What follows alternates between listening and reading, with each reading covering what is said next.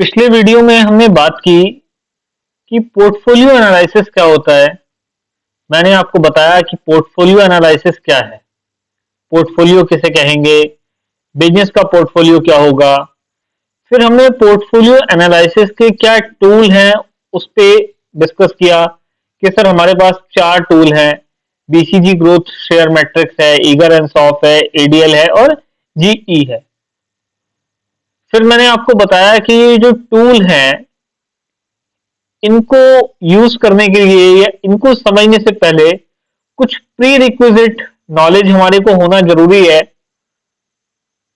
हमने बात की कि सर कुछ कॉन्सेप्ट हैं वो हमें पता होने चाहिए। मैंने आपको बताया कि एक्सपीरियंस कर्व हमको पता होना चाहिए, स्ट्रेटेजिक बिजनेस यूनिट एसबीयू हमको पता होना चाहिए और प्रोडक्ट लाइफ साइकिल की हमको नॉलेज होनी चाहिए कि पीएलसी क्या है। तो आज के इस वीडियो में हम इन्हीं तीनों कॉन्सेप्ट पे बात करने जा रहे हैं। इन्हीं तीनों कॉन्सेप्ट को क्लियर करेंगे कि सर एक्सपीरियंस कर्व क्या होता है, स्ट्रैटेजिक बिजनेस यूनिट क्या होता है, प्रोडक्ट लाइफ साइकिल क्या होती है। तो बहुत बहुत स्वागत है आपका एक बार फिर से मेरे यूट्यूब चैनल जीनियस एकेडमी पे। आइए वीडियो को बिना देरी किए शुरुआत करते हैं और सबसे पहले बात करेंगे एक्सपीरियंस कर्व की कि एक्सपीरियंस कर्व क्या होता है।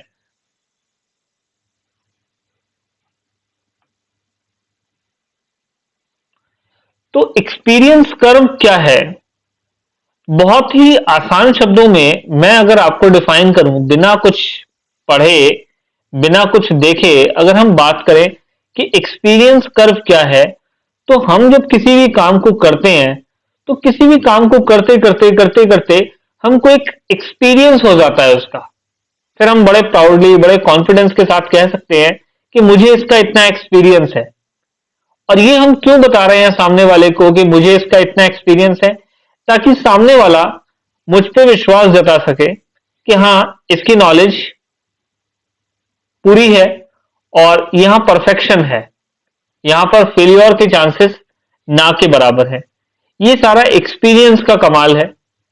आसान शब्दों में हम लोग कई बार कहते हैं, सुनते हैं, experience is the best teacher. तो यहां बिजनेस के पॉइंट ऑफ व्यू से एक्सपीरियंस की क्या इंपॉर्टेंस है, तो एक छोटी सी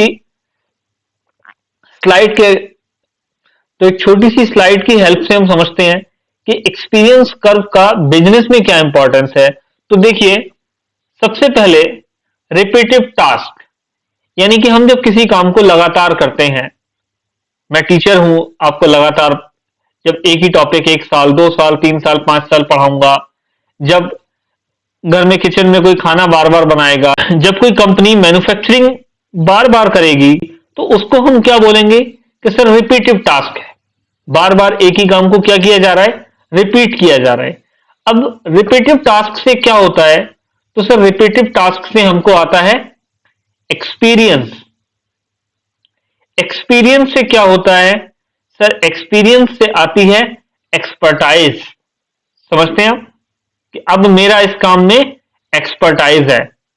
आप कल को प्रोफेशनल बनेंगे, सीए बनेंगे, सीएस बनेंगे, सीएमए बनेंगे या एमबीए बने करेंगे आप, तो आपको अलग अलग फील्ड में काम करने का मौका मिलेगा। फॉर एग्जांपल एक चार्टर्ड अकाउंटेंट का हम एक एग्जांपल लेते हैं, तो he is well known in every field, but he say some says my expertise in auditing, मेरा तो ऑडिटिंग में एक्सपर्टाइज है। कोई कहता है मेरा अकाउंटिंग में एक्सपर्टाइज है, कोई कहता है मैं तो टैक्सेशन की फील्ड में हूं।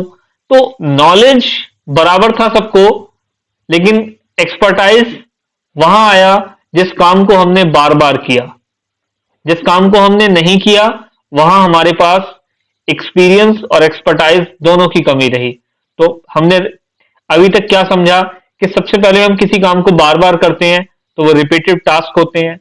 रिपीटेड टास्क से हमें एक्सपीरियंस आता है, एक्सपीरियंस से एक्सपर्टाइज आता है। सर एक्सपर्टाइज से क्या होता है, तो एक्सपर्टाइज हमको 2 बातें बताता है। क्या 2 बातें बताता है, हमें क्या नहीं करना और क्या करना है।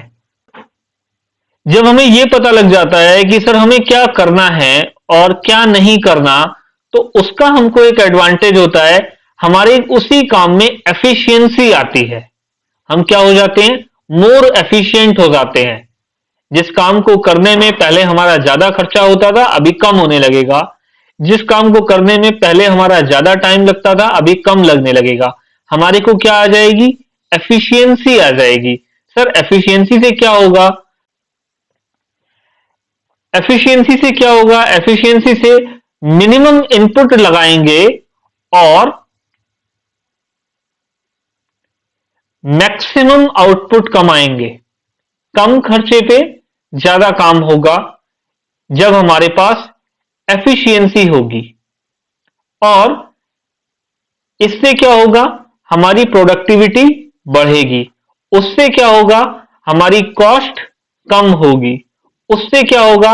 हमें इकोनॉमीज ऑफ स्केल मिलेगी, यानी हम ऑल राउंड बेटर कर पाएंगे। जब हमारी कॉस्ट कम होगी तो हम मार्केट को सस्ते रेट पे ऑफर कर पाएंगे। हमारा कॉम्पिटिटर जिसके पास अभी एफिशिएंसी नहीं है, एक्सपर्टाइज नहीं है, उसकी कॉस्ट ज्यादा होगी। हम अगर कम रेट पे ऑफर करेंगे तो कॉस्ट लीडरशिप स्ट्रेटेजी को फॉलो करेंगे और मार्केट में लीडर बन के सामने आएंगे कि हम इसी प्रोडक्ट को कम दाम पे दे रहे हैं। अगर हम बराबर दाम पे देंगे तो प्रॉफिट हमारे ज्यादा होंगे, मार्जिन हमारा ज्यादा होगा। तो अलग अलग प्रोस्पेक्टिव में हमें इसका बेनिफिट मिलेगा जब हमारे पास एक्सपर्टाइज होगा, एफिशिएंसी होगी। ये है ऑब्जेक्टिव एक्सपीरियंस कर्व का कि सर हम एक ही काम को बार बार करेंगे, रिपीटिव टास्क होंगे, रिपीटिव टास्क से हमें एक्सपीरियंस आएगा, एक्सपीरियंस से एक्सपर्टाइज आएगा, एक्सपर्टाइज से हमको पता लगेगा क्या करना है और क्या नहीं करना है। उससे हमें एफिशिएंसी आ जाएगी। एफिशिएंसी से हम मिनिमम इनपुट डालेंगे, मैक्सिमम आउटपुट कमाएंगे। उससे हमारी प्रोडक्टिविटी बढ़ जाएगी, उससे हमारी कॉस्ट कम हो जाएगी और हम इकोनॉमीज ऑफ स्केल को अचीव करने में सक्सेसफुल होंगे। आगे समझते हैं। ये देखिए, ये एक चार्ट है। जब हमारा प्रोडक्शन में हमारी कॉस्ट कम होगी, वॉल्यूम ऑफ प्रोडक्शन बढ़ते चले जाएंगे, तो हम क्या अचीव कर लेंगे? Economy of scale. जहां हम कम प्रोडक्शन में इतनी कॉस्ट लगा रहे थे, जब हमारा ये बढ़ा तो हमारा ये घट जाएगा। तो ये है हमारी इकोनॉमीज ऑफ स्केल। इस तरह से हम अचीव करेंगे। तो ये है हमारा एक्सपीरियंस कर्व।